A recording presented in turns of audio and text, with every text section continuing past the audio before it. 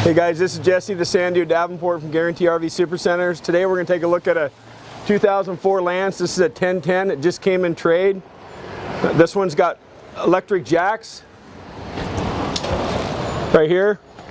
Just a clean little camper. Come on down the side here. It's aluminum, so it's lightweight. If you look right here, this has your little Sandy fletch.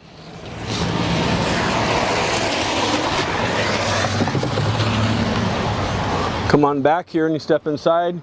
This one has air conditioning, electric fan.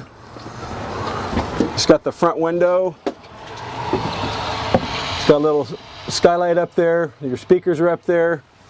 Lots of storage on both sides of the bed. This one does have the covers to block out the light.